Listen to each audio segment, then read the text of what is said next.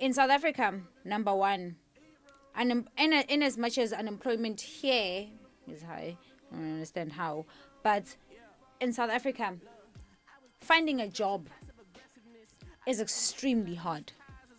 There are people that are sitting with degrees and honors and masters and PhDs that are sitting at home. Sitting at home with all those qualifications because they can't find a job.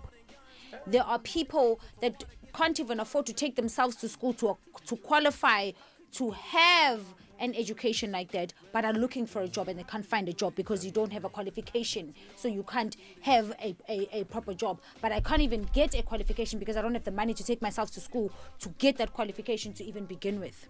Anyway, I will say that technically, thank you for that, though. The things that you mentioned, I think I agree in the sense that Americans don't realize how good we quote unquote have it in a lot of ways, especially when we get into like really like horrible like Eastern European, certain parts of Africa, certain parts of Asia, you know. But the issues you listed in terms of like, oh man, they have a degree, they have all this stuff, and they still can't afford. That's actually happening in America very commonly.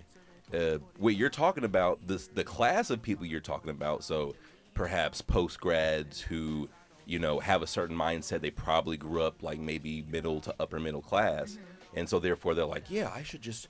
Why aren't I working at the top of Goldman Sachs? I don't understand.